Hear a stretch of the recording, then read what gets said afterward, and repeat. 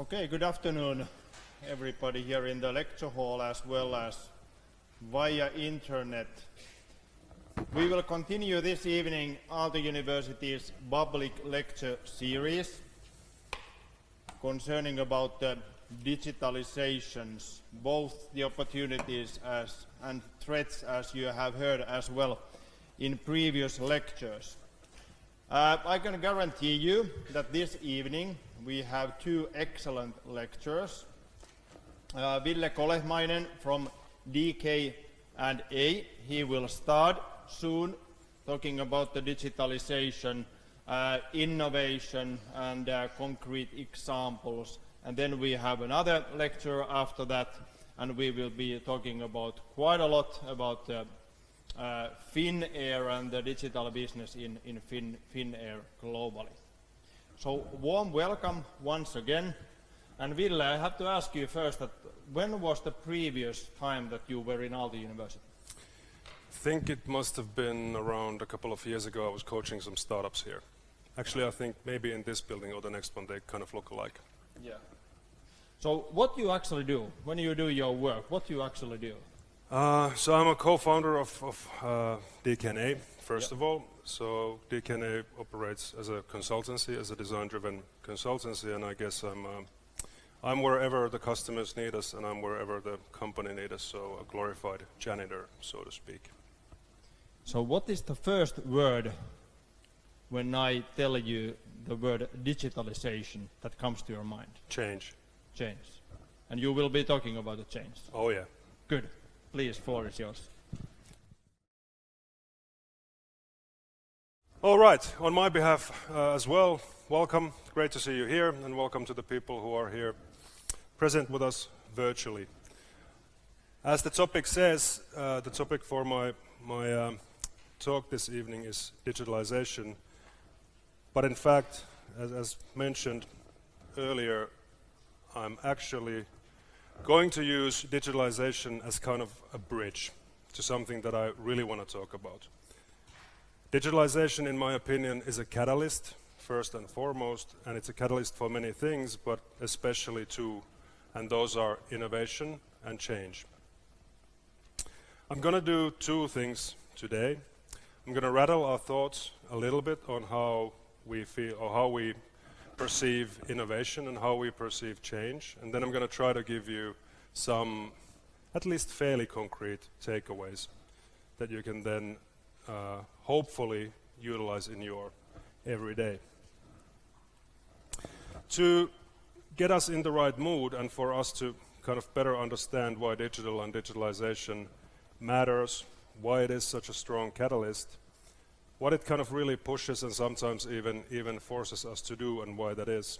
We're going to take a time leap, so we're going to go back 20 years, and we're going to do this for 60 seconds and see what David Bowie had to say back then. I hope the video audio works, so excuse me if I have to play with technology a little bit. Let's see how this goes.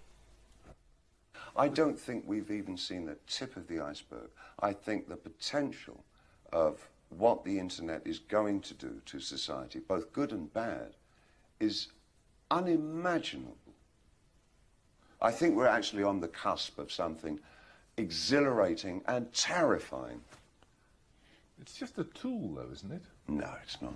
No, it's an alien life form. What do you think, I mean, when you think then about the Is there future life of it, on Mars? Yes, it's just landed here.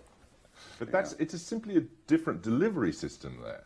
You're arguing about something more profound. Oh yeah, I'm talking about the actual context, and the state of content is going to be so different to anything that we can really envisage at the moment, where the interplay between the user and the provider will be so in simpatico. It's going to crush our ideas of what mediums are all about.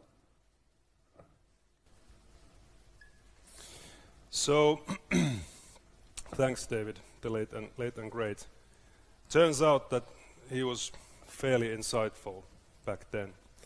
So I'm starting today from a conclusion, and my conclusion is that we must innovate.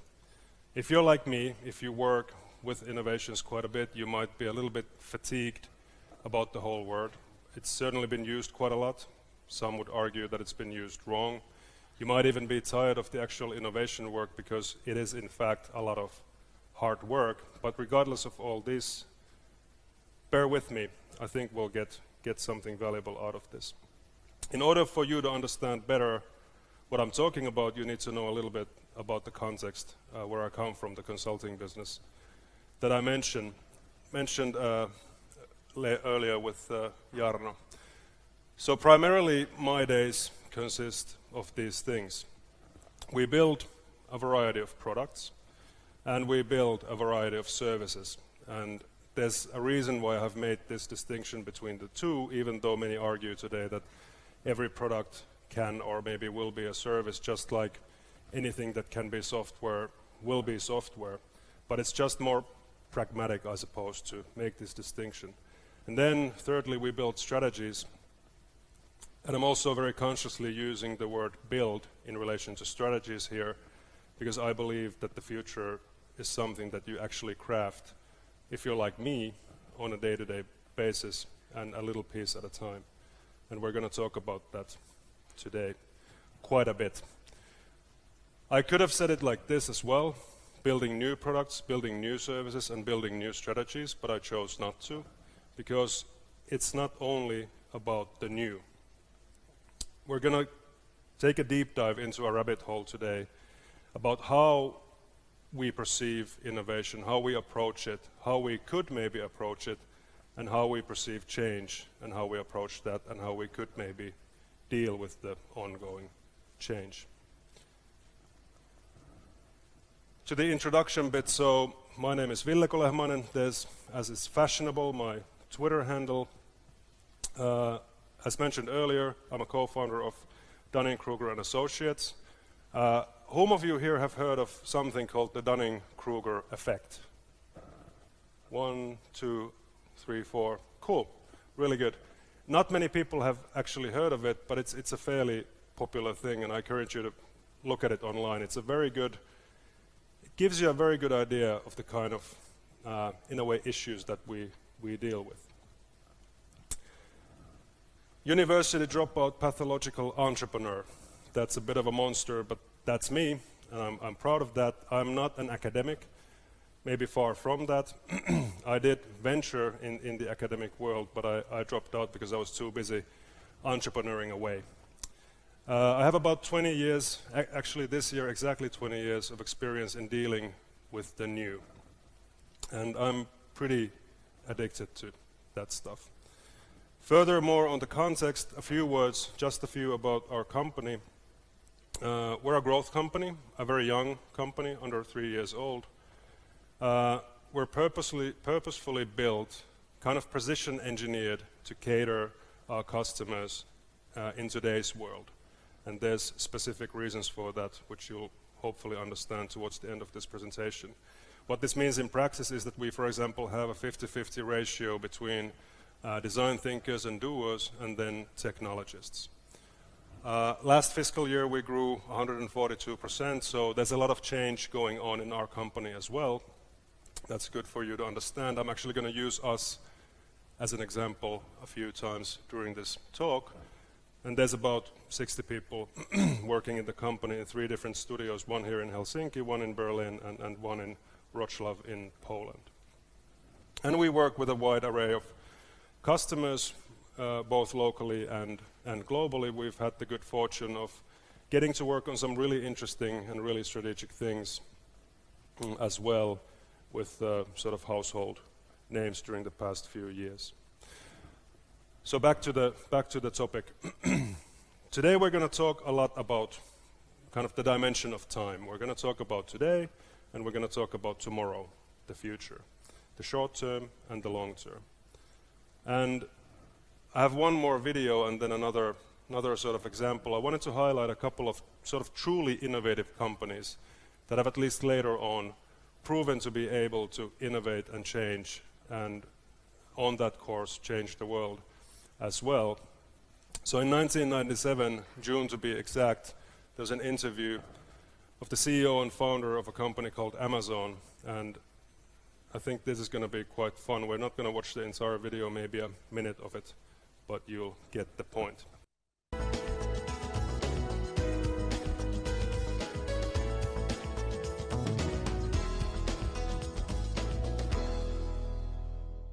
there, who are you? I'm Jeff Bezos.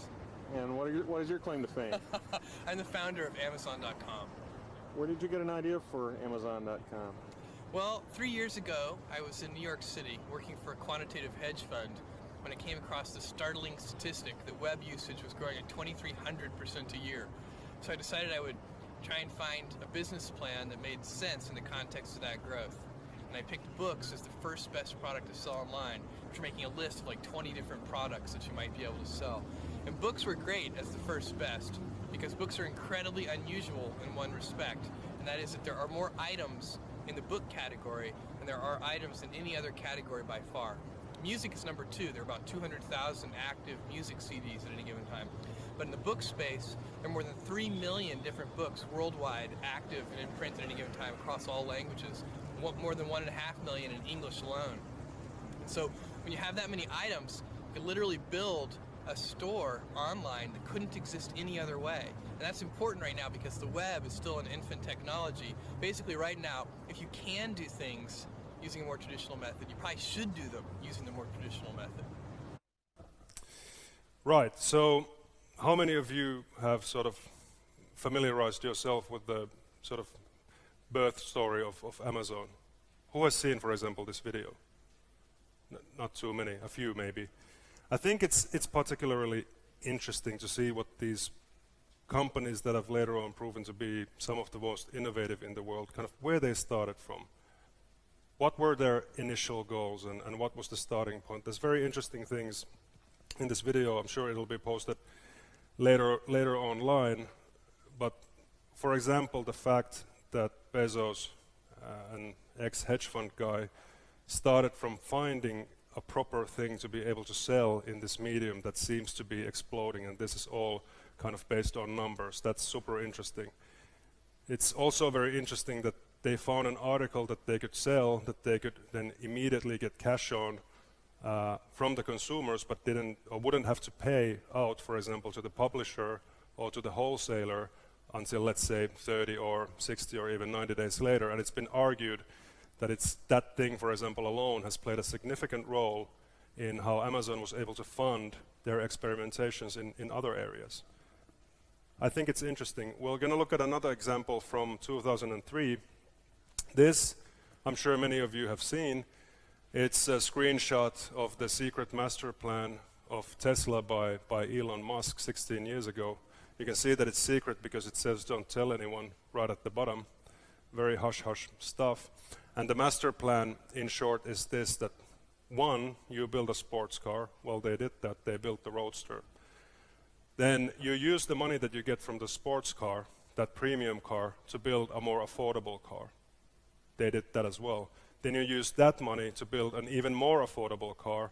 And while doing all of the above, you build towards something bigger, a long-term change, a systemic change, something that, not that electric cars wouldn't have changed our world, but maybe they're trying to change something even bigger when it comes to zero-emission electric power generation. So what's interesting to me about Amazon, what's interesting to me about Tesla in this context of today is the time frame of their innovation, the time frame of their planning, the starting point, and also the nature of their plan. They didn't start necessarily only sort of product idea first, which we're going to talk about later, but there was something sort of grander at play. So observations from the couple of decades of work and especially the last few years that we've been running DK&A. So working with these customers globally, we obviously see patterns. And there's a few strong ones and one that I'm gonna highlight now. So there seems to be this kind of constant battle between the old and the new. So you have people, for example, who are primarily dealing with short-term things, incremental improvements, They're worried about, for example, legacy IT and so forth. And then you have people who are primarily focused on innovating the new things that hopefully will one day change the world. And whether we like it or not, there's this disconnect between these people within many, many corporations. It seems that you're kind of either an incumbent player, more or less stuck, or then you're a company who's striving to become much more modern. And often you get the feeling as an external, sort of as a kind of professional layman or a little bit of an outsider, that many companies are more or less forgetting about their sort of mainstream, their core business, the old world. Legacy often doesn't seem too sexy now. Why is this? Why do we have this kind of black and white approach to things? Is it because those of us who deal with the new kind of feel that we are prevented by the existing structures, for example, to actually innovate? Is it because the big thing, the core business, is simply too slow to evolve, and we feel that in order for us to keep motivated, we need speed. We need that gratification of, for example, getting things out there in the world. Maybe it's a kind of evolutionary reason.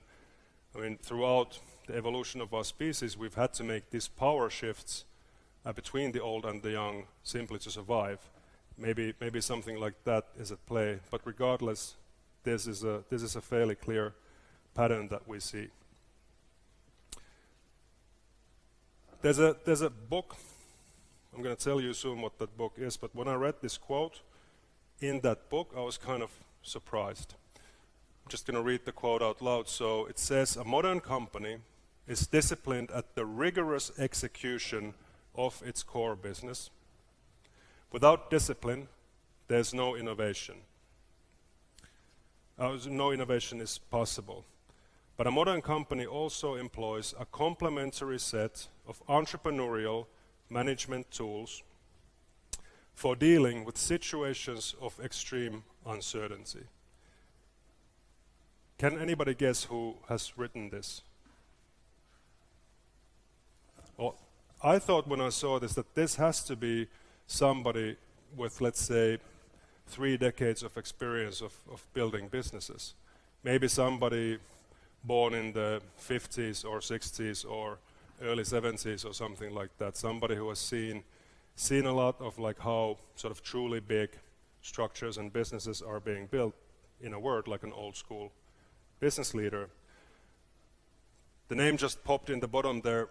This is from a book called The Startup Way by Eric Ries, who I think we can all acknowledge as kind of the guy of thinking about and speaking about and writing about what is a modern company like. So a modern company is one that rigorously executes its core business and one that prepares for the uncertainties of the future, the extreme uncertainties, by building this complementary set of entrepreneurial management tools. Now, I think this is a very innovative way to describe a modern company, and a modern company, by definition, I think, is capable of innovating. Last week, Friday to be precise, my business partner and our company's CEO, Tom Jacobson, in an all-hands call, so everybody from our company was present. So he wanted to explain, kind of from the 10,000 feet view, the structure of our business, and he made this split. So he split our business into the mainstream and into the strategic.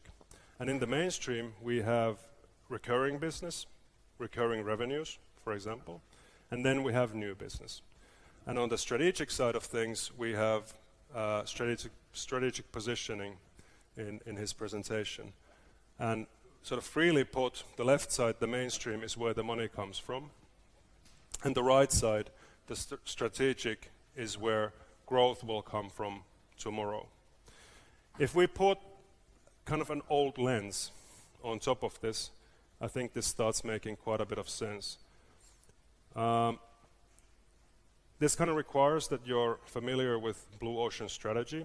Blue Ocean Strategy is a book that was written by W. Chan Kim and I really can't pronounce the name, but René Maubon in 2004. So again, a fairly old example, but definitely not aged. So the mainstream is the red ocean and the strategic is the blue ocean. And if we look at the kind of characteristics of these two, the idea here is that we need to defend our position. This is the place where we need to rigorously execute. Our core business lives inside this red ocean. And it's characteristic to these red oceans that this is the area of business where there's a lot of competition. This is an area where everybody's kind of fighting for roughly the same market shares, and it gets bloody. The color red comes from blood, basically. There's bloody competition. But it's also very important to understand that in the red ocean, today, the sort of short term, the level of hygiene is always rising and increasing. And another way to put that is that products and services, they over time will become commodities, something that you really can't like sustainably compete with. And then on the right side, on the strategic, we have the blue ocean, and while those are sort of more open areas, they're areas of business where, for example, the rules have not been set yet. So there's room to explore, there's room to experiment, and characteristically, blue oceans are vast and deep and unknown. They contain a lot of sort of unknown features, and kind of the only way to thrive in a blue ocean is to embrace change. In there, you need to innovate, you need to experiment in order to find something worthwhile. In other words, innovate. And they're very different realms, and you kind of have to have your head and your heart in both of these places if we, for example, listen to what Reese had to say. So let's go deeper down into the rabbit hole of innovation, and let's look at it from a bit of a different angle. So often when we talk about innovation, our heads and our minds start wandering towards great ideas. So you could even say that an innovation equals an idea, or an idea, if it's innovative, equals innovation. Fairly often it happens that in our heads, innovative ideas, we start thinking about, for example, physical gadgets, or then we start thinking about, for example, the new kind of digital platforms like, let's say, Airbnb. Like, wow, that's a great idea. If we look at one of our customers, Virgin Hyperloop One, I'd say that they have a pretty good idea. In fact, maybe even something a bit more, and it goes roughly like this. So Virgin Hyperloop One wants to build surface level tunnels, or rather, preferably like a lot of surface level tunnels, these tubes that run through our lands. And what they want to do in these tubes is they want to suck the air out of those tubes, thus creating a vacuum with basically no friction. Then they want to take pods, which are kind of these futuristic looking train cars that you can travel in. Every minute they want to drop one of these pods into these vacuum tubes once a minute and use magnet levitation and propulsion engines and stuff that I really don't even understand, technological innovations, to have these pods travel basically at the speed of sound, over 1,000 kilometers or over 700 miles per hour, thus creating an on-demand, hyper-fast transportation system. Now, I think that's a big idea, maybe even like a fantastical idea, but maybe there's more to it than simply that. A good question is that enough? Is it enough that we're able to do this, and what does it actually mean? So innovations aren't just these kind of things that we kind of most often think about, the physical gadgets or the digital products of the world. They can, and they often also are, goals. And goals certainly are the fuel of innovation.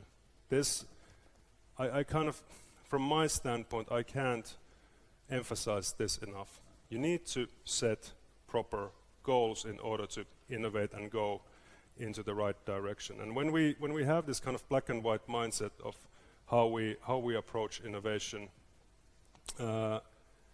we tend to make these crude distinctions between the old and the new, and we kind of focus on the new, and we get blindsided, in my opinion. It's fairly often so that we actually forget what was it that we were going after. What was the problem that we wanted to solve? What was the value that we wanted to create? And therein lies, in my opinion, a missed opportunity. You can also innovate through setting goals. A few words about goals. Again, another time jump. For some reason, I really time jump a lot today. This time we're going to go back 25 years to something pretty old school. I bet that some of you weren't even born 25 years ago. So in 1994, Jim Collins wrote a book called Built to Last. And in this book, there's something called a BHAG. A big, hairy, audacious goal, which is a very good example of how to set a goal. I got to cheat a little bit because I went to jimcollins.com and actually copied like what's said about BHAGs there. So BHAG is a concept developed in this book, Built to Last. It's a powerful way to stimulate progress. BHAGs are clear and they're compelling. They need very little explanation. People instantly get them. You can think of the NASA moon mission of the 1960s. That's a big, hairy, audacious goal. The best BHAGs, and this is important, the best BHAGs require both building for the long term and exuding a relentless sense of urgency. Right now, today. So you think ahead, maybe 5 years, maybe 10 years, maybe a few decades, but you're standing here today with a relentless sense of urgency. What do we need to do today, tomorrow, and the next day to defy the probabilities and ultimately achieve our BHAG? So when you set your long-term goal, you're going to have basically not all, but many of the odds against you, and then you have to start acting from today outwards to sort of defy those probabilities. I think that at this point, these patterns are starting to sound a little bit similar. So if we look at what Collins is talking about, on the sort of today-facing side, on the left side there, you have this relentless sense of urgency that something needs to change, something needs to happen. On the right side, you build for the long term. If we look at what Rees had to say many, many years later, on the today side, in the red ocean, you have the rigorous execution of your core business. I don't know about you, but many times when I've been in the sort of innovation and creating and dealing with the new kind of context, we quite rarely talk about rigorously executing the core business. It's fairly rare. If you haven't been in consultancy for a couple of decades, you can trust me on that. It's pretty rare. Sometimes you see it, but often you don't. And then at the same time, we're basically building readiness within our companies to deal with these situations of extreme uncertainty that obviously kind of lie in the future, tomorrow, a year from now, or 5 years from now. And this is something that we've keenly and acutely observed in our work. So there's a great number of companies, both consultancies like mine and ours, and then customers like just companies in the world who are really good at dealing with these challenges of today, who are really good understanding the sort of short-term, the incremental innovations, and that's fine. We also have an increasing amount of companies, and in my opinion, competences as well, to kind of go future first, to start from the future and then maybe work our way back towards today. But there's something missing.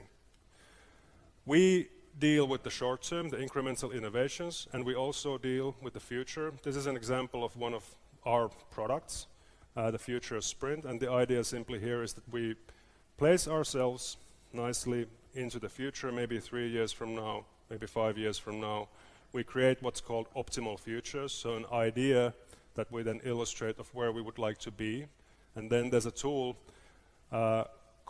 method called backcasting, which is basically kind of reverse road mapping. So we start then planning from that point in time backwards, ending up in today, and we create an actionable roadmap that kind of guides us into the future. So we deal with today and we deal with tomorrow. But the gap, the kind of peculiar finding, is in between this space. It's possible, and I think it's fairly interesting to also describe today and tomorrow from a different sort of angle and look at what we can achieve. So if you remember that in the red oceans, the hygiene levels are always on the rise. What was great yesterday is like common business today, so there's not much room for creating a competitive advantage. If you want competitive or even unfair advantage, you better get your head into tomorrow. And the gap that kind of lies in between is change. Change, in my opinion, is overlooked. And we need to manage that. Now, kind of traditionally, change or change management has been a discipline and a set of skills owned by management consultants. But there's something is shifting here. There's even this catchphrase now that designers are the new management consultants. And I've obviously heard this coming from a design background. And then you start thinking like, okay, so what does that actually mean? Why is this? And I believe that this is because designers and also non-designers who happen to be, for example, customer-centric in their thinking and in their doing are more and more dealing with actually building the future. The future is being built all around us every single day. It's being built when we, for example, co-create concepts. It's being built when we do prototypes, when we do, for example, fake Facebook pages to get a little bit more quantitative in our efforts to see if we, for example, have product market fit. It'll take, let's say, 3 hours for almost anyone. I mean, I could teach anyone here, regardless of if you can draw, in a matter of a couple of hours of how to do, for example, a paper prototype, or better yet, how to do a digital prototype. I could teach you in the next few hours how to do, for example, intercept testing, or in like sort of layman words, guerrilla testing, how to attack the street and go see if you have that fit, do qualitative tests. Every single thing that we do kind of represents a potential slice of the future. And what's kind of nice about all these modern design tools, those of you who were in Nordic Business Forum and saw Anssi Rantanen's keynote, I bet that you were flabbergasted when he spent 5 minutes on stage in front of 7,655 people or something like that. And in those 5 minutes he built the scaffolds of a brand, a website, and a chatbot ready to engage with potentially a pretty big audience. And I think Anssi even used 1 minute of his kind of 5-minute demo time to talk about what he's going to do, so effectively like 4 minutes. So we can do a lot, and these tools are fairly sort of democratic. They're not rocket science.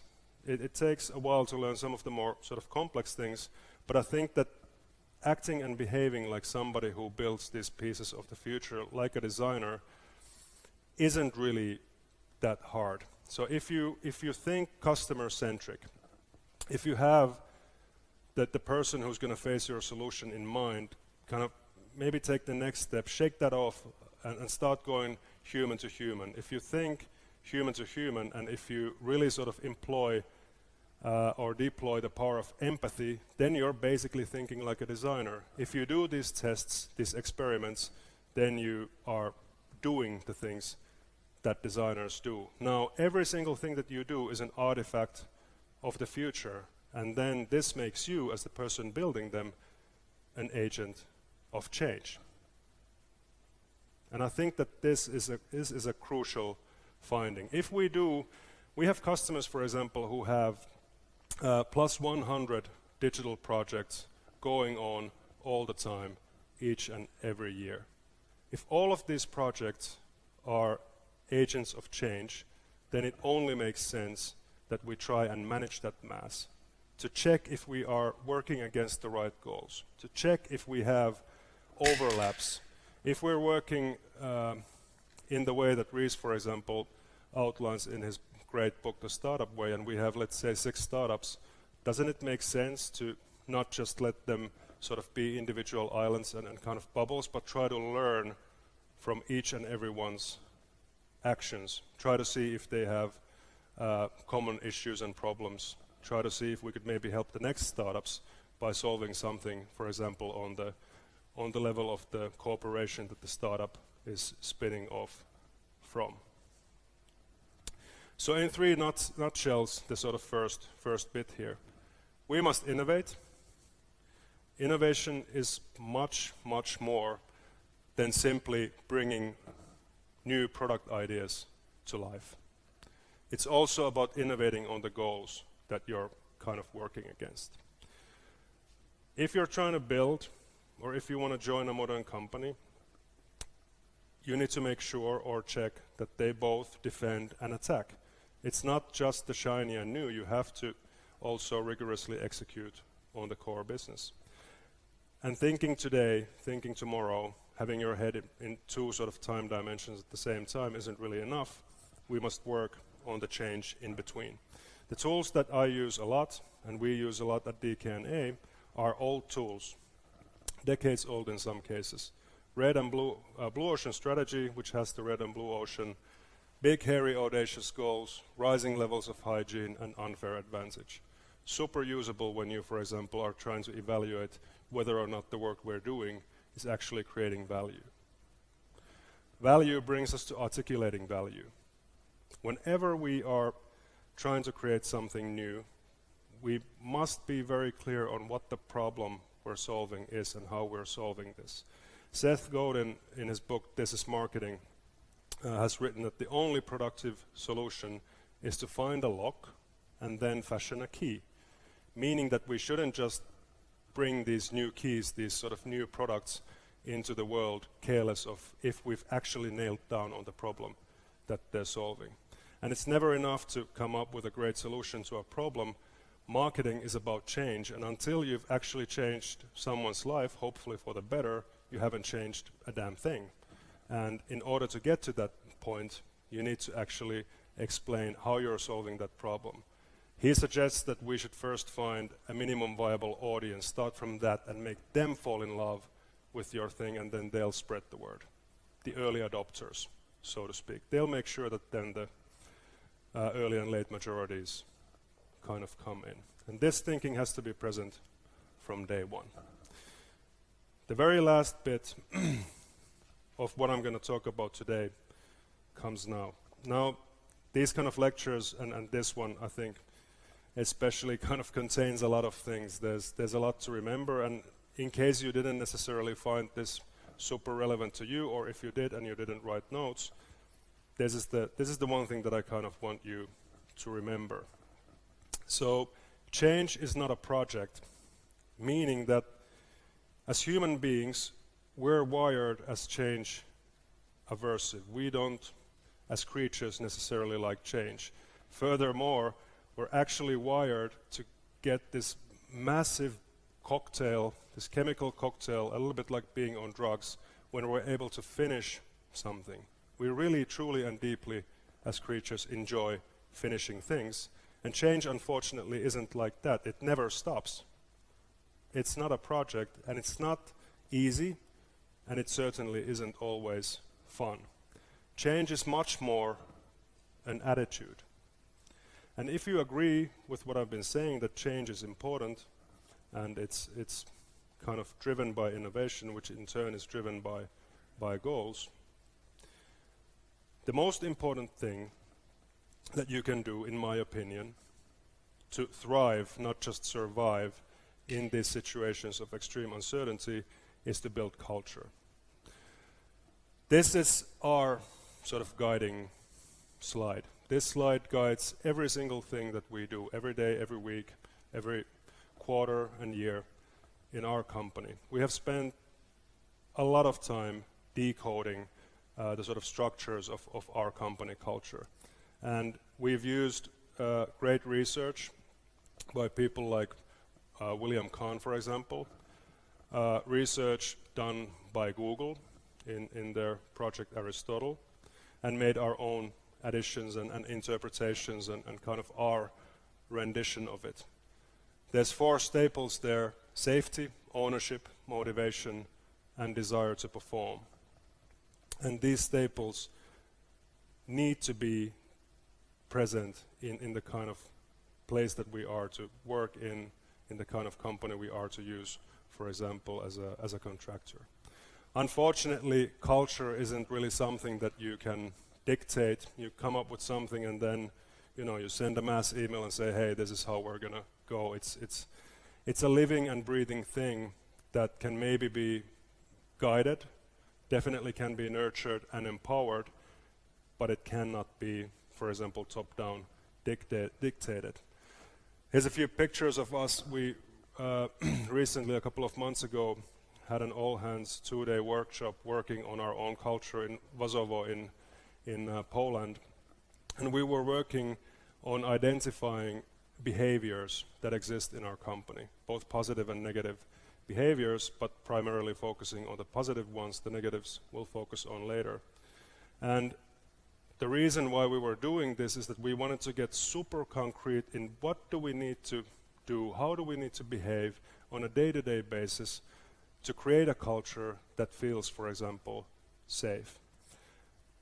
The cool thing about behaviors is that if they are repeated enough, if they are ingrained in our hearts and souls, if they become strong enough, if they become empowered, they can become habits. Those of you who have read Charles Duhigg's Power of Habit know that habits differ from behaviors in the sense that they happen on autopilot. A habit literally happens on autopilot with little to no conscious effort. Riding a bike is a very good example.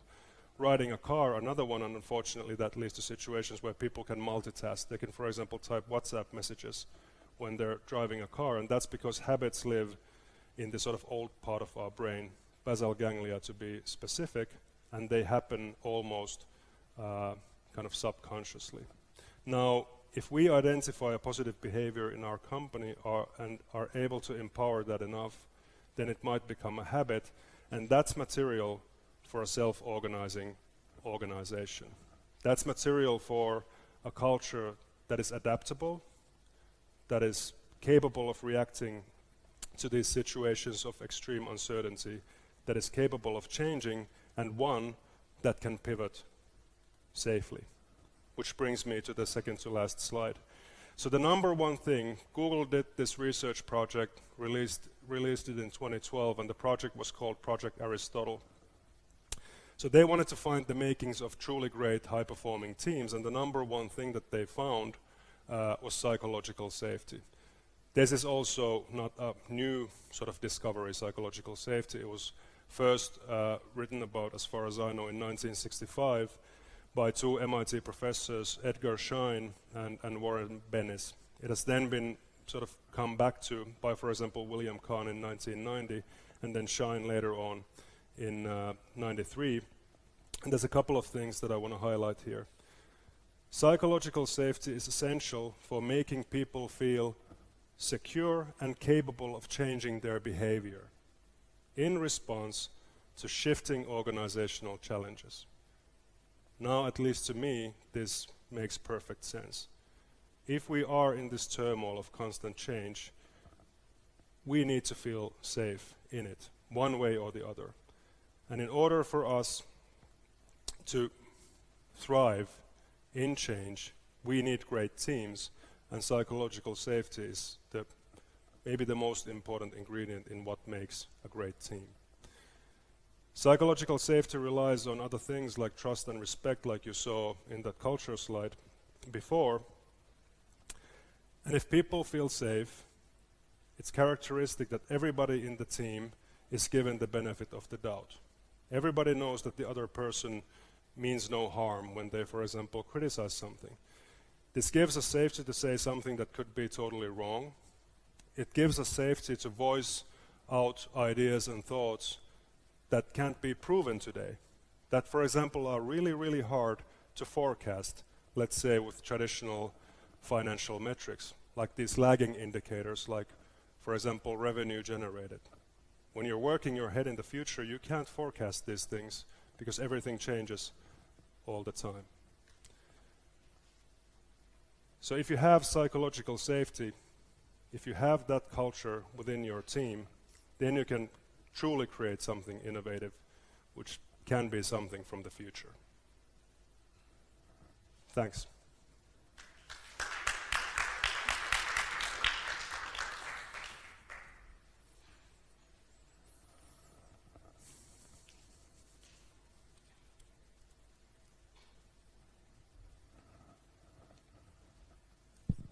Thank you very much, Ville. You're welcome. Strong messages, I have to say. I especially like the phrase, innovation is a must.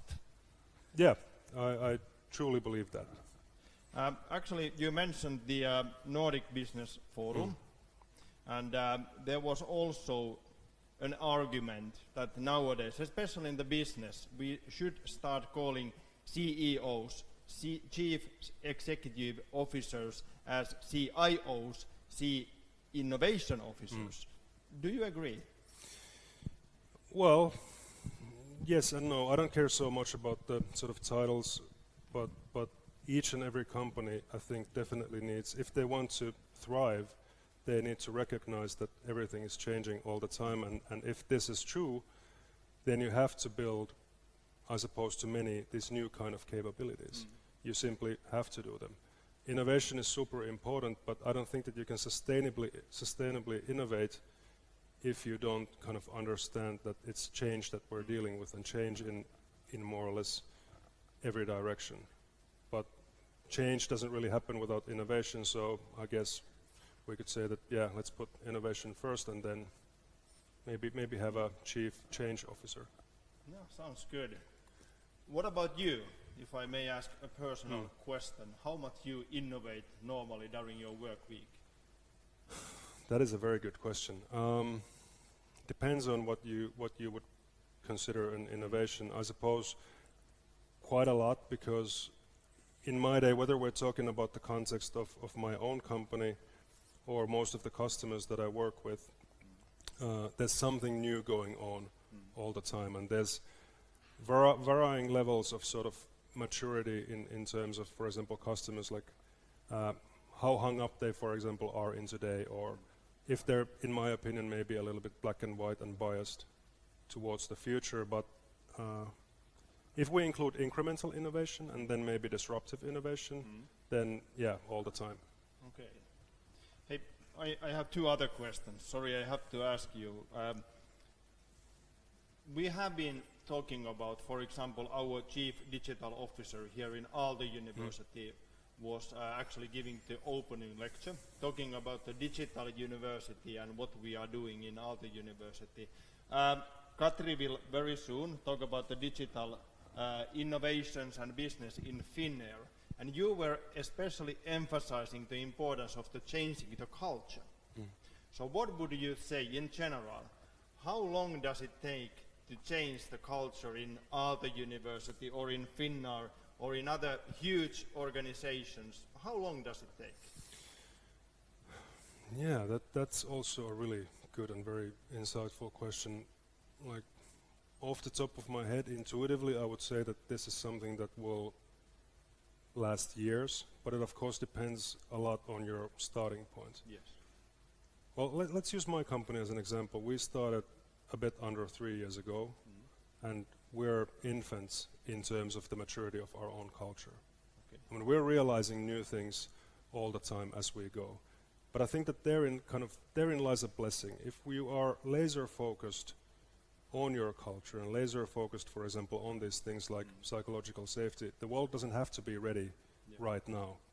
People will still feel pretty good and motivated and excited simply to know that this organization is going into that direction. The direction is clear. Yeah. And that, I think, often is enough. So maybe you can make that direction clear like really fast, like let's say in a month or something, and then see how much impact that has. One more question. I have actually asked this to many of our lecturers here. There are students listening this lecture via internet as well, and then in the YouTube afterwards. What would you say to these students that what kind of skills they should have when they are entering pretty soon, I hope, to the work life? What kind of skills are needed in today's world? Well, surprise, surprise, maybe a couple that I was talking about today. So one thing, if you ask me, I'm a craftsman. I can't shake off this little builder in me. I enjoy building things, and I found that tremendously valuable. So even if you work, for example, on a digital transformation strategy, it certainly helps if you can sort of show glimpses of what the future could be like, for example, on a mobile phone. So if you ask me, learn to build something, not necessarily production ready, but at least, you know, these representations, prototypes, probes. And then maybe another thing, sort of analytical thinking and reading and all that is super important, but then like synthesize things. When you find something, try to think about it from different angles. Maybe read a few old books and see what some old school leaders, for example, had to say about things, because as we found out there, even though the world is changing super fast, there's also things that change comparably slow, like us human beings. And those findings, you know, starting from 1965 today, they're still like super relevant. So dig up into the past. When you find something, synthesize it with the things that you already know, and there's good potential there that you're going to create value. Thank you very much, Ville. Thanks. Questions, comments, other questions, comments to Ville?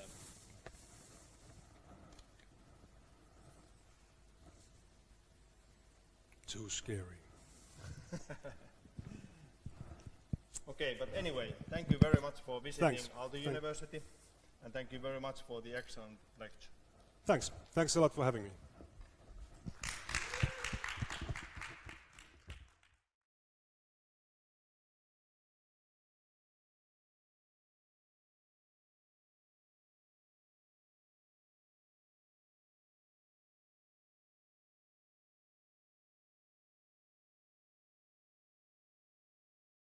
Okay, and we will continue immediately to the second lecturer of this evening, Katri Harra-Salonen. She has been working as a Chief Digital Officer in Finnair, but you are now heading pretty soon to the new challenges. If I may, Katri, ask you as a first question, what are your thoughts after Ville's presentation? Well, I think it was very, how to say, cozy in a way for me, yes. Because I've also worked in the design industry for a while, and a lot of that feeling and those kind of thoughts around digitalization I could hear in Ville's presentation, so felt very much at home, I would say. When I'm thinking about the Finnair or people in general, probably thinking about Finnair as a digital business is not the first thought. How strongly you would say in a nutshell Finnair is nowadays as a digital business? I will talk about that in the presentation, but I think for Finnair, as for many other companies that are working with the consumers and our consumer business, it's very much a digital business. Yes. So it's difficult to put it into a percentage or anything, but we are very much relying on digital. And if you think about travel as a whole, as an industry, the main product is sold and distributed digitally almost totally. So it's a very important part of the business. It's everywhere in the business, and it's not just a sales channel. But I'll talk about that. And I think you are excellent example as well that what kind of Aalto University graduated career can have. You have graduated yes. from the Aalto University. Yes, so I'll tell a little bit about my background, but yes, please, I was happy to see the years in Ville's presentation. Ville talked about 1994 and 1999 and what happened in the 90s, and I have a couple of that kind of years in my presentation as well. So I'm going to talk about that, or I'm going to start with that. Then, at the same time, I think that you have not come here to hear about the history, but to understand the future, it's important to understand the history. So I hope that you're okay with that. Let's see if we get this going. So I thought it's good to present yourself a little bit in the beginning of the presentation. So my background really is here at Aalto University. So I've studied here in 89 to 95, or end of 94 actually. And at that time I studied chemical engineering, material science, physics, all of these things, and strategy and marketing. So basically my background for digital is very, very different from a lot of people who work with digital today. There is a reason for that. When I worked, or when I studied, the browsers were just coming out. So there was not too much digital around, but it was quite clear that that would be the future. So I studied here, and I started in strategy consulting. So I was a management consultant. I worked with strategies, with marketing, with mergers and acquisitions, with culture, with transformations, you name it, with many different companies within the Nordics. I really enjoyed that. It was a great company and great work to be done. But at the same time, I could feel that something bigger was coming along. So in the end of 90s, I think we got a perfect, I love the David Bowie movie that you showed, or the clip. That's a perfect picture of the times, 1999. I remember personally, I was in Oslo, and I think I was at the airport. I saw Fast Company, a newspaper or magazine, and there was a big article about e-commerce in that one. And I thought that I have to get to work with this. This is the future. So a little bit later, I joined a company that was actually a startup itself, formed in 1997, called Satama Interactive. So that was one of the first early internet consultancies that we had in the times of Icon Media Lab and FramFab and other big names. And I was part of that company for 9 years. So I've been around, and also saw a lot in the beginning of the days of e-commerce. We were building a lot of different, really, really interesting products and services for Finnish companies and also for Nordic and European companies. So I can tell you that in the beginning of 2001, Finland was really, really in the front of the internet development or the digital. A lot of the household names that we still have on the market were active already then.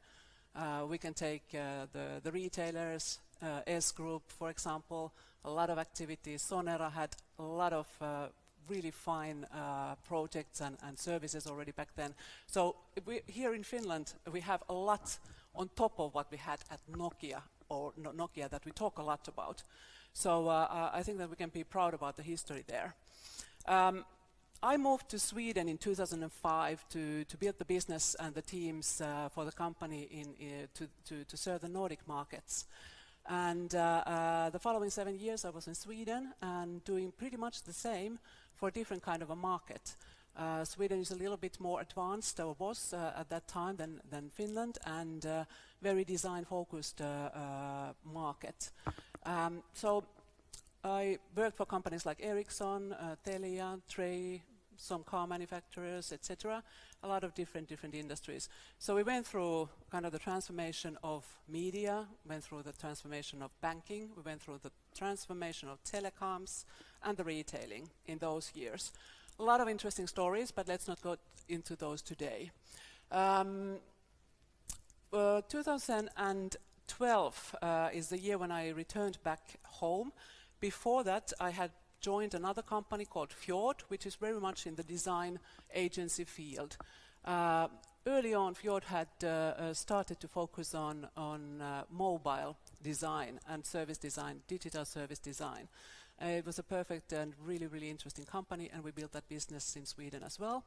But like said, then 2012 I moved back to Finland, and I have to admit that I was a little bit shocked in the beginning of the Finnish market and what had happened here in Finland, or not happened. It felt a little bit like we are stuck somewhere. But I decided to do my own thing. I had my own consultancy for 2-3 years and worked with many Finnish companies. And I think that the speed came pretty fast. And today I think there's a lot of activity in the digital field in all industries in Finland. So I had my own company for a couple of years, and then one of the headhunters called me and asked if I would be interested to talk about CDO position. So CDO, Chief Digital Officer position at Finnair, and start to digitalize the business of travel. And I have to say that I was sold when I met Pekka and Eija, my colleagues later on, and of course Pekka, my boss, and we started to really kind of work for the growth of Finnair. So that's kind of the story that I'm going to tell you today, what the role of digital has been and how we kind of approached digital. I hope that everybody knows Finnair in the audience. I'm not going to spend time to introduce the company, but of course maybe the headline could be how Ville mentioned the incumbents. Finnair for sure has been around for a long time. It is a big company, founded already in 1923. So in a couple of years it will fill 100 years. We will have an anniversary. And how does this kind of a company approach digital? On top of that, I'll just mention that like Jarno said, I will continue. I will start at Kojamo in January and go into the real estate business and start to digitalize living. So interesting times ahead. I'm also sitting on a couple of boards. So the board perspective, which I find very, very important for digital, is also something that I've been working with for a couple of years. So my kind of remarks and my experience comes from this kind of background. Any questions are very welcome during the speech or during the presentation. I told Jarno that I've been 7 years in Sweden, so I'm very used to an active audience. So it's okay, just shout or just say if you have anything that you want to talk about more. So just back to the years, the magical years that were mentioned. So in 1995, when I graduated, this is when Finnair launched the worldwide wings. So the first Finnair online shop. So this is how it looked like, and this is how it looks like today.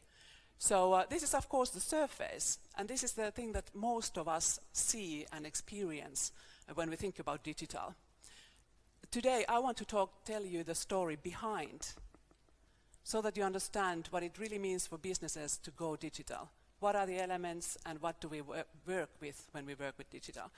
And of course we hope that we can really, really offer this for our customers and make it even better every day. So digital business, what is it actually? It is a huge topic, and I won't be able to cover it in 40 minutes. So I chose to talk about a couple of perspectives to digital business today. And here I will use Finnair as a case example. So I'm going to talk about strategy. So that is the question, that what do you really want to do with digital? Why are you doing and investing in digital? I want to talk about structure.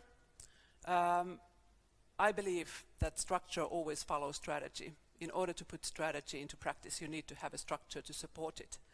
I'm going to talk about implementation, because implementation is the game that you need to win in digitalization and in many other areas of business. And then, of course, one of the most important areas, people. So these 4 areas and some ideas and some thoughts about how we have approached those as part of the digitalization and transformation of Finnair. Okay, so a very fast look back in the history. And I wanted to show this slide to you because I think it's important to understand that there are many layers in digital. Many companies still today work and have to work, and all of us have to work, I would say, with the first one. What were the opportunities that came when we got to start browsing and having all the content online? So how do you communicate? How do you sell? How do you approach your clients online? There's a lot of opportunity around that. Mobile is a thing that was big and still is big. So for many, many companies still today, mobile is a huge opportunity and something that they really need to tackle. So it's not like mobile was already done 10, 15 years ago. It's still here, it's getting bigger and bigger all the time, and all the companies should invest and think about what role mobile really plays in their business. There's a lot of business value and benefit to be found within mobile, still today. Social media. What is your identity online? How do you live online? How is it part of your life? How is it part of the business life? Of course, data. Data is a big part of what we work with today, everybody, but it is another layer on top of the other ones. And it's been here for a while, and we have been able to utilize data for a while. I remember personally already in the 90s working with the retailers and their data usage about how can they really put all the data that they have into use. So this has been around for a while. And of course then when we go into artificial intelligence and how to really utilize the more advanced ways of processing data, and that has come around fairly recently, or let's say is reachable for most of us fairly recently. But it forms kind of a fifth layer of what we need to work with when we work with digital. So this is kind of the idea of the slide. So digital is a huge area, many layers, and you do need to look at all of the layers when you start to look at what does it mean for your business. So many things have changed. We talked a lot about that already with Ville's presentation. I just wanted to pick one of those big changes, and for me that would be really the consumerization. So the consumers today have almost all of the power, and I think that's a big change if you compare with the situation 20 years back. So really empowered consumers or customers, and also, of course, at the same time, employees. So I wouldn't make a big distinction between consumers and employees because, of course, we are all both. And how do the employees expect the digital services to work? It is exactly equal to what the consumers expect. So I think that's really important.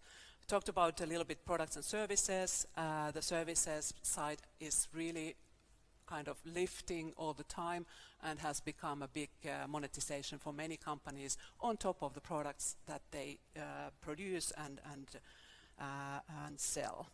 So services would be another peak of mine. Speed of development. I think that's really important when we talk about strategy, digital strategy.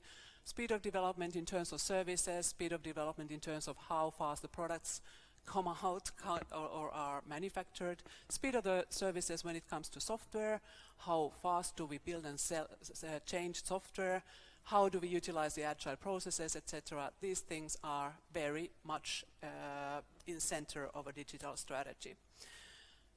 Of course, global reach. Everybody knows that there's a vast opportunity out there. And many times I still think about why don't the companies utilize even the internal market of the EU that is over 500 million people. So there's a lot of opportunity out there, and I think that would be kind of my headline for what has changed. Just new and new opportunities all the time. So let's look carefully around.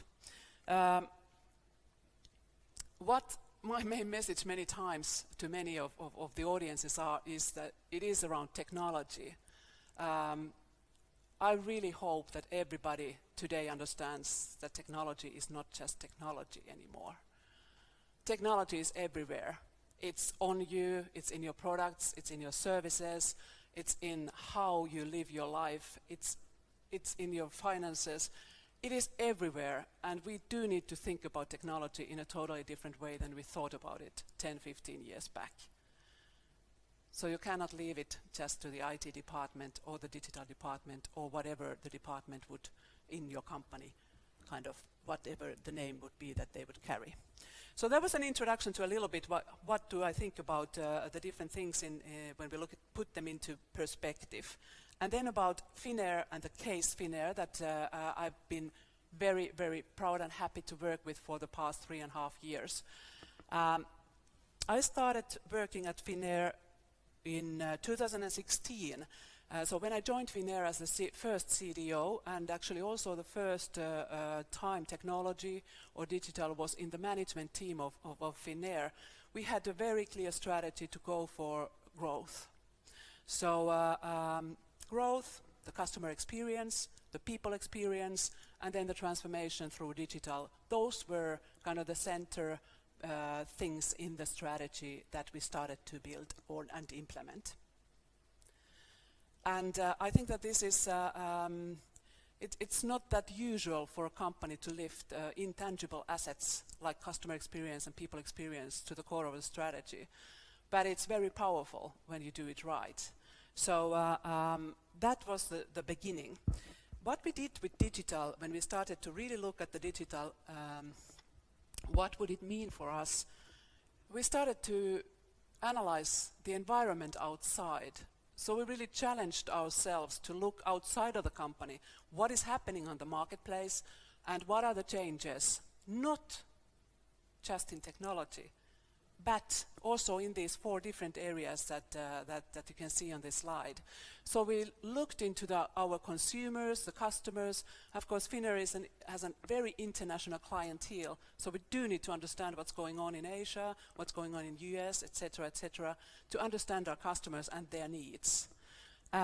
We did have to understand what our employees are thinking and expecting from digital in order to be able to produce that kind of services, digital services, to our employees as well. And we had to understand, of course, the technology, what is going on with data, how can we utilize our data, where are we in that domain, do we or should we use more artificial intelligence, what do we do with the mobile, etc., etc. So a lot of technical questions or technology questions, of course. And we had to look also on the competitive landscape. So it's very healthy to take a look at the startups and the innovative companies, smaller companies many times around you, to understand where the market really is going. And we did that. We really tried to understand what's going on, and also, of course, we had the benefit of traveling around, meeting a lot of people, but really kind of trying to be out there and understand what the market today looks like, or back then looked like.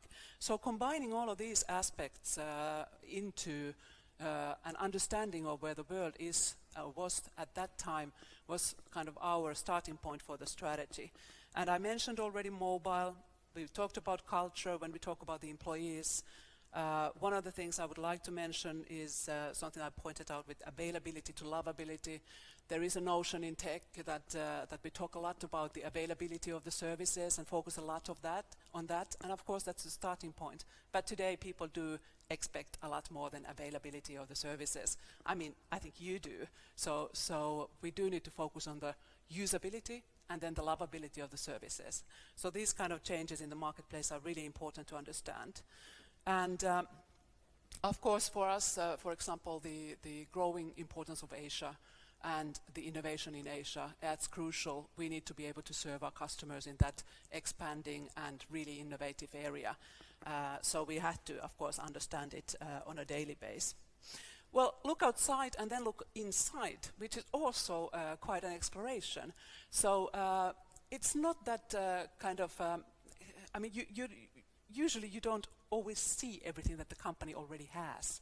So I think that it's always good to have a look at the assets that you have really built already. So what is around and how good are you in different aspects? So for example, for us, it was a slogan in the early times when we started, was to talk about the importance of e-commerce to the company. So we started to talk about the fact that we are the second largest e-commerce player in Finland. And it was a surprise for many people because we hadn't kind of talked about it in that way. But when we realize it and people start to realize how important the business, the digital business, and how successful we are in that field is for the company. So these are the numbers for, I believe, 2016. There's the digital turnover, or the direct turnover as we call it. There's a number of people we have recruited to do new digital kind of works, and then there's a number of people that we reached through the main channels, the digital channels monthly. So these kind of numbers, lifting through the numbers, was really important in the beginning for us to get a grasp on what does the digital really mean for business. And then, of course, you know what's outside, you know what's inside. You have to think about what do you want to do with digitalization. So what do you build your strategy on? What is your target? And this is kind of a way we visualized our thinking within digitalization. We built a kind of a holistic picture, a systemic picture of the change that we want. Started with vision and strategy on top, really figured out where we want to go. Started to think about if there are business models, new business models that we need to find, that we can build maybe based on something that we already have. What is the change in business models that we can benefit from? Organizational processes. So how can we, with the help of digital, how can we make our organization more efficient? How can we make the work that everybody does easier and more pleasant? Employee experience, lift it up. A very important field. And then first, to the one that is usually kind of the immediate one, that everybody starts with customer-facing services, don't they, when they talk about digitalization. So that is important, of course, but it's not the only part of the digitalization. And that comes in services and products. How does digitalization impact your services and products, and what does it mean for your customer experience? So these are, in fact, the three ones from business models, organization and processes, and then the CX part. Those can be turned into money. So you get more revenue, you get better EBIT, you get less costs, you get more healthy working environment, etc., etc. And these you can really count into your business cases. So that's kind of a very pure structure to be utilized like that. The two on lower ones, they are blue on my screen. I can see that they are black here, but those are the enablers. So technology is an enabler for digitalization. It's a very important one, and you need to figure out how you need to work with your technology stack and your technology. But it's not where digitalization kind of ends and starts. So that's an enabler. And on top of that, there's another really important enabler, and that's the people. So we started at Finnair, we started a people transformation stream that worked with all of our personnel with different means and tools to really support and build new competencies amongst our personnel. So people, skills and culture, all of these areas need to be worked in if you think about kind of maximizing the impact of digitalization. Of course, you can choose a strategy where you just focus on efficiency, or you focus on your products and services, but this is kind of the holistic picture that we built for ourselves. Okay, and after the strategy work that we had done and figured out what our targets are within the different elements or different fields, we really worked hard to crystallize what the vision is. And we crystallized it to best intelligent travel ecosystem. So by 2020, which by the way is quite near now, we wanted to become the best intelligent travel ecosystem. Each word here has a thorough meaning. So with best, we wanted to really, really state that our customer experience, digital, it needs to be one of the best that you can find. If we don't get there, all the other targets won't be met. So this is a starting point. One of the best travel experiences. We need to go beyond the kind of the inevident automation. We do need to build a lot of more efficiency and intelligence utilizing kind of the new technologies. So that is the intelligent part. And then, of course, it all sums up into the ecosystem. We do need to look around us and work with different kind of players, as we already do today, or did back then.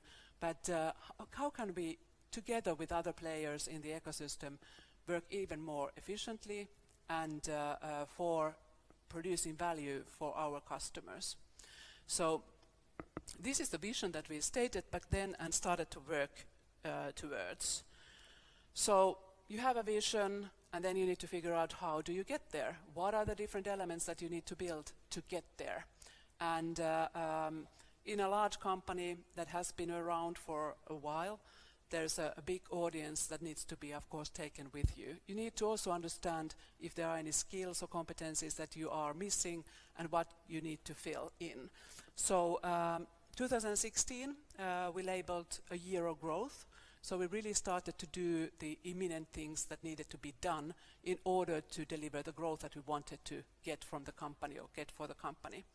We also started to work with the organization, and I'll come back to that later, but really kind of see to that we have the clearest enablers in place to start and support the growth strategy that we had. 2017, we wanted to focus on mobile internal, so giving our employees really, really good mobile services to be able to perform their work tasks, and also to give our customers the best possible mobile services to utilize our different parts of our customer processes. So mobile was 2017. Then we started to really focus on AI and the intelligent part. So we started to build data organization, and of course you know that you need to have your data in shape and in structure before you can really start to utilize it, and then you need to start building kind of intelligence on top of the data. So there was a clear causality in these things. With mobile, we get a lot better understanding about what is going on in different parts of the company, and we can also understand our customers much better when they use the mobile services. We can reach everybody, the communication is open, and there's a lot of efficiency items as well.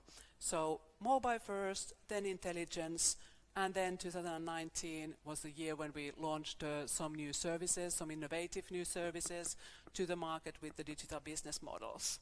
And of course, we're going towards the best intelligent travel ecosystem year at the moment. So I'm not saying these are kind of the headlines for the years. So there was a lot of activity underneath, but I think it's really important for a large organization to have clear focus for everybody, that we know how we kind of process the things. In times of change, like Ville said, change is something that never kind of disappears, it's always around. And in times of change, it's really important to be very clear and very focused on themes, I would say. So this was our journey, how we built it. That was about the strategy part. Any questions here? Okay, so I didn't warm you up yet. Let's go to the structure part. So why is structure important? If you build a great strategy and then you try to put it on top of the organization and the structure that you have, does it always work? Well, it doesn't always work. There might be bits and pieces that are missing, or it might be that the organization is not built for that strategy. I find and I think that the organizations are living creatures in a way, so they always need to be living, and they always need to kind of change and adapt and learn and develop. And it's really important to take a look at the structure that you have in order to deliver the strategy that you have chosen. So from our perspective, we did a lot of work, like I said, in 2016 to look at the structure and the competencies that we had in-house. The strategy, for example, that we worked for the digital part was something that we worked with the whole management team. Everybody was involved. We started to recruit new skill sets to the company. We insourced, for example, the development of our digital services. At at that time they were done by our vendors, many of them. So we realized that we need to have that knowledge in-house in order to be able to really work according to the vision and the strategy that we had. So 100 and plus people, we announced that we will recruit. We started with the insourcing. Of course, we had an IT team, a great core IT team, but we had to also start to think about how we need to develop and change that one.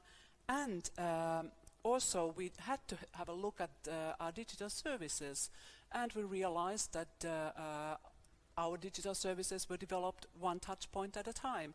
So we needed to gather the touch points into one to be able to have a platform that our customers can utilize.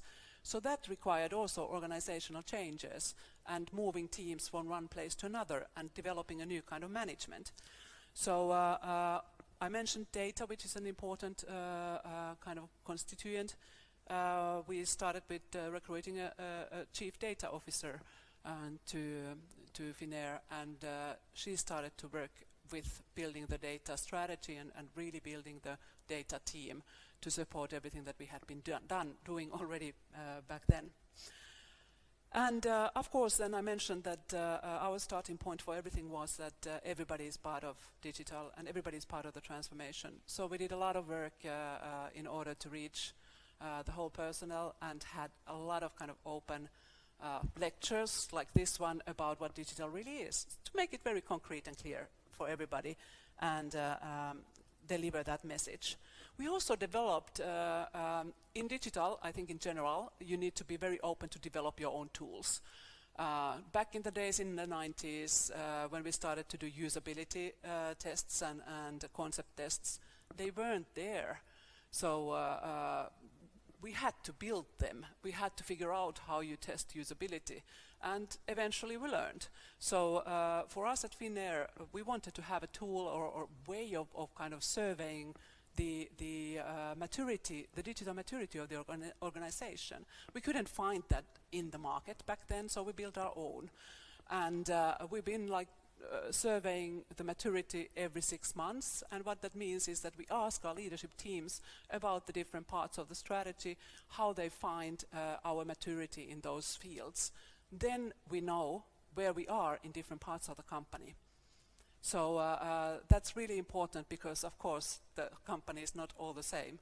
Somebody is very advanced or some teams are very far within some areas, like if we would state revenue management at Finnair, in terms of digital, and some teams have not started because it hasn't been in the core of what they are doing.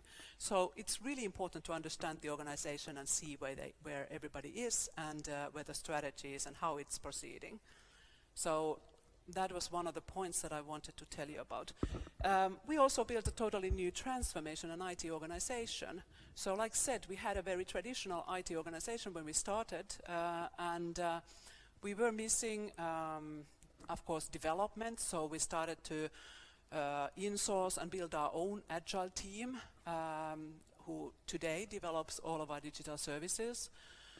We started to look for support for all the business units in terms of transformation, so we recruited people who had a large experience in transforming organizations, who could then support the different big divisions that we have. We also started to build a PMO to deliver all the projects, so project managers who can really kind of handle big change projects. And the data organization I mentioned, also within innovation, we built a small team to support the innovation that we needed to see. And the digital platform team we kind of formed based on what we already had in-house, but we moved it from other units to transformation and IT. And Ville mentioned that sometimes it's black and white. There's kind of the traditional legacy and then there's kind of the new. And this is exactly what we wanted to avoid. So that's why in this picture you can also see that there is kind of no clear boxes in a way. Because what we wanted to build is a team that can solve problems together. And I hope that we will still see now how the teams develop forward and how they can be tasked towards kind of more tasks than boxes of organization. So we brought all of these people together, and also a lot of people have changed from one team to another, and I think that that's really natural and that's something that we desire. So basically a team of around a little bit less than 200 people at the moment, and we started with 80 people. This is a more traditional picture, but this is the one that I usually use, the other one, because boxes always kind of give you a picture of something that is very, very rigid. And this is not meant to be very, very rigid. It's meant to be something that makes a sense of clarity for people and skills and competencies, but it's not supposed to be too rigid. So it's good that people kind of move from one area to another. Okay, so that's very short about what we did with the structure. That we did a lot of other things, but a couple of ideas. Then about implementation, because of course this is the part that really kind of how to say, it's the key to success also in digital. So we went through our journey and how we built it and how the causality goes. We of course built a transformation program, and we had, these are the streams more or less that we focused on in the program. We had one stream that was really focusing on the new businesses, the new business and innovation stream, looking into how we can kind of disrupt our own business and also bring in the more kind of concrete new ideas. We had a stream that is focusing on efficiency. So we really looked at our processes in different parts of the organization and how can we make our processes more efficient through technology. Here we mentioned mobile. One of the things that we did is introduce mobile to all of the personnel and also build tailored, in most cases, very tailored mobile services towards the personnel to really kind of do their tasks. One of the first parts of the organization that got their own mobile services that they, by the way, designed themselves together with our partners were our line maintenance teams. And I still remember some quotes of the teams when they received their services and when they were a part of building them and designing them themselves. So mobile was a big part of the efficiency. AI we have worked with a lot 2018 and onwards. So there are many applications of AI already implemented, and then of course the data work that has been ongoing for a long time. I'm going to talk today about the digital experience a little bit more and leave the others by side. So let's get back to that in a minute.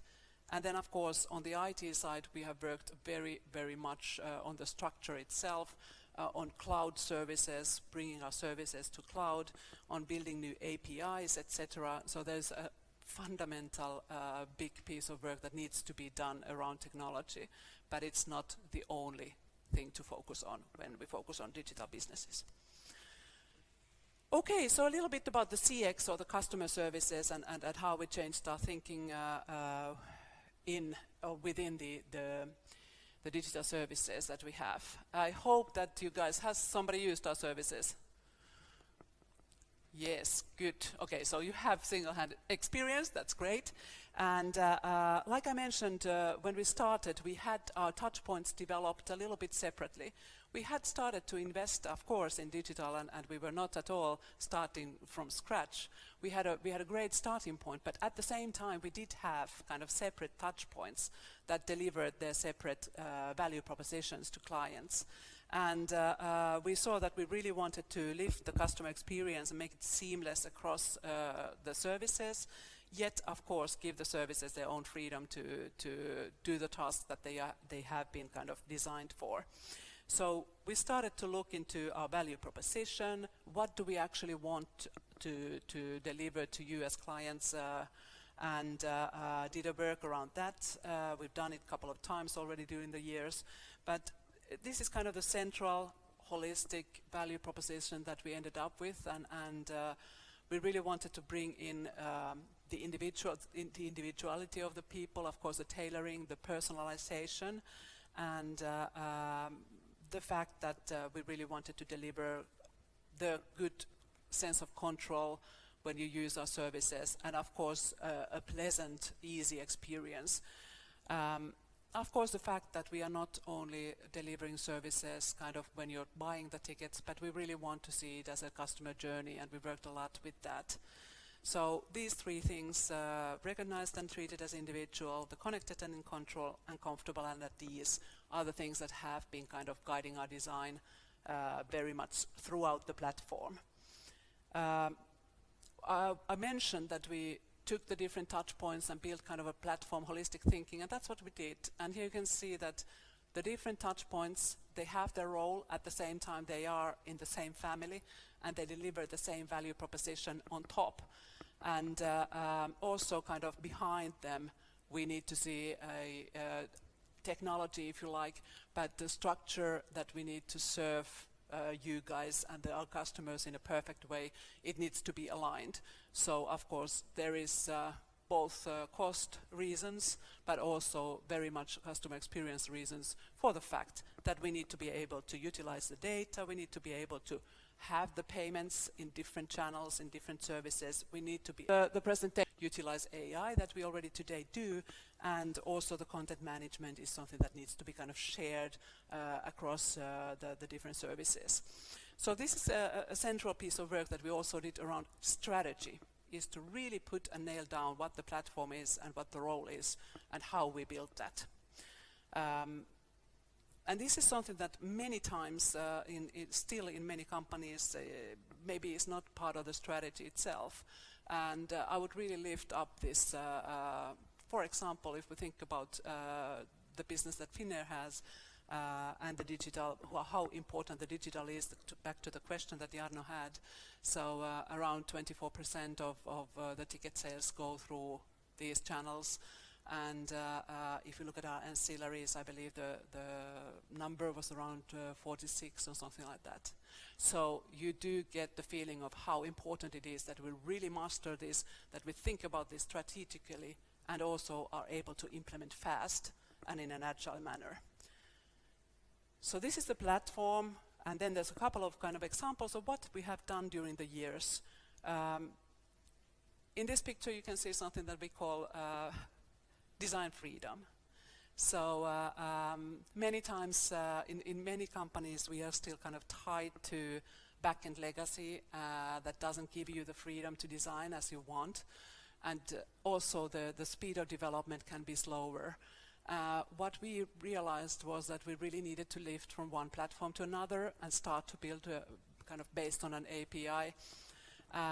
We've done that, and it's still ongoing, and we're seeing really, really good increase in all of the KPIs. Our design is done by our own designers nowadays, and it's also something that comes out in 2-week sprints. So it's very different from what it was back in the years 2016, when we still had to wait for somebody else to design and then had to wait for how we could implement those on that platform back in the days. So, and I think this is also very important. It is the reason why many companies do in-source development nowadays. So DevOps is a crucial part of our delivery and strategy today. Of course, there's also regulations that put a pressure on many companies, our Finnair as well. So when GDPR came, we wanted to lift it from kind of a regulations thinking to an opportunity thinking. And that's the way we worked with GDPR. We really wanted to be the best with data and with customer privacy and really make it a competitive advantage. And I think that this is the thinking that you need in order to kind of prosper. This was realized also by our customers, that we really kind of sincerely made an effort here. And I think that it was a great large project, and also helped us to lift the data kind of understanding around the company. So I believe that all the companies who have invested in really in privacy and data, they have built in a competence and knowledge into the organization that helps you a lot in the future. So we built a privacy portal, and we tried to really kind of make sure that all the processes work very, very well, not just according to the regulations, but also maybe deliver more than the regulations demand. So a lot of work in that area when it came in 2018. And of course, then also, I mean, if you look at our touch points, we had the Wi-Fi in flight. As a touch point, we have a portal there, and now the Wi-Fi connections. It's a big launch for a company like ours to put all the narrow-body fleet, the Airbus fleet, on Wi-Fi. So a long project with a lot of kind of physical and very tangible deliveries, and then on top of that, the digital deliveries that you can see and enjoy on plane. A big project, a lot of work, and a big investment for us, and I hope that you can now enjoy. It's really kind of the fastest in Europe. It's a great product. Then I mentioned that we also have to stay on top of what's going on in Asia. And of course, if you look at the payments and if you look at what is important in e-commerce, payments are very strategic. So you need to be able to have your payment strategy and how do you process all the different payments that are required in different countries within Europe and also within the different regions.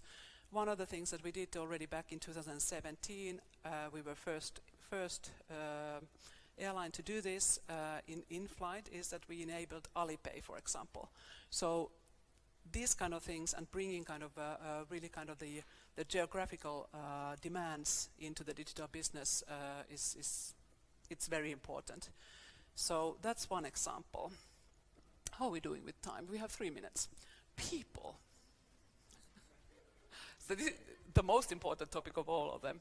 So about people, I mentioned that we brought in some new people to the company, but we have worked with our personnel, with everybody, a lot. So it's not, the main thing is not just the new competencies. The main thing is to get everybody on board and work together with the whole team. And one of the things that we did is that we really brought new ways of working. So here is just a couple of them are mentioned here. So a lot of service design work was started and is done in different parts of the organizations nowadays. We do measure everything, especially around the digital. We measure everything, every day, every hour, every second. And we do a lot of growth hacking around it also. Of course, portfolio management is really, really important, because if you look at the number of projects that you have in this kind of a company, this size of a company, it is high, and you do need to have a very rigid implementation of the portfolio and also follow-up of the projects. I wanted to mention innovation, just to build a little bit on what Ville said. We also started innovation sprints, for example, for the teams, which essentially are 1-week sprints that our teams can they can decide the topics what they want to work on and use the time and really produce great stuff totally in a free way. We've done this every half year, I believe, now, and the results have been really, really great. So sometimes we have been really astonished ourselves about what a team can deliver when they start totally kind of independently from what the businesses require. So a lot of the end results have been implemented and have really brought a huge value for the businesses at the end of the day. Hackathons, we try to participate and we try to be around. So we try to build an organization that is kind of breathing. So people are out there, people are working with a lot of other companies in the ecosystem and really kind of getting influence and also kind of giving impact on other companies. I talked a little bit, I mentioned that our personnel has been really, really, how would I say, significant in designing all the services that we have, for example, around the mobile within the company. That's user-focused design, and it's been a success criteria for the implementation actually. Measuring of growth hacking we talked about. Of course, visual management. I mean, a lot of people think that digital is digital, but it requires a lot of really visual management as well. 60 people working with agile ways and within agile teams. We do need to coordinate a lot, and we do that a lot also via visual management. So the last slide that I had here is just to give you a couple of numbers to give a little bit of kind of scale to what we talk about. I mentioned the digital sales. I mean, how we have been able to support growth of the company. But also on top of that, I still want to mention the area that we didn't talk about today, the mobile services, the different technologies that our teams nowadays utilize internally. What we have been able to do through that is to really release capacity for new growth. So those projects and that value is really significant for the growth strategy and has been. Customer experience, the mobile app, I think these numbers went just out today earlier on, 68 NPS, and MAU, everybody knows what that is. The average mobile usage has been growing very nicely during the past years. This is the Q3 figure, I believe.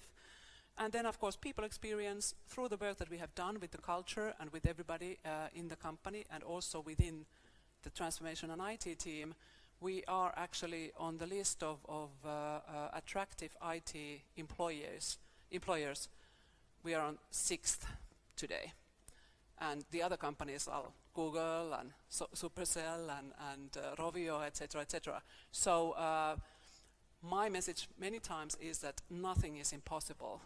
And if you think about incumbents and large companies, there is no natural rule that they are not innovative and that they are not agile. We can build them in that way, and I think that people have understood that also when it comes to us as an employer. So it's important, it's really important to get the best talent to the company. And if you look at the industry, if we look at what we have done during the past 3.5 years, the competition, of course, is tough out there. We have a lot of big airlines and that are very progressive with their digital efforts. But at the same time, it's not just size that matters when you're working within digital. So we can be really proud about today being a benchmark in this field around the world. So that's where I would end. And remember that nothing is impossible. I think that's my message.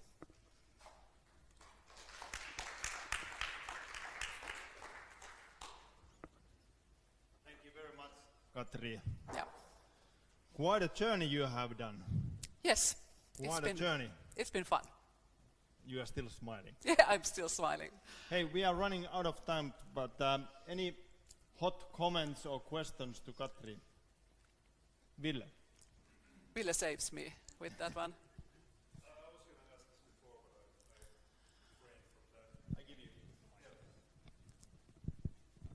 Thank you. So this is a little bit of a throwback question, actually. First of all, congratulations on a lot of hard work. I loved it.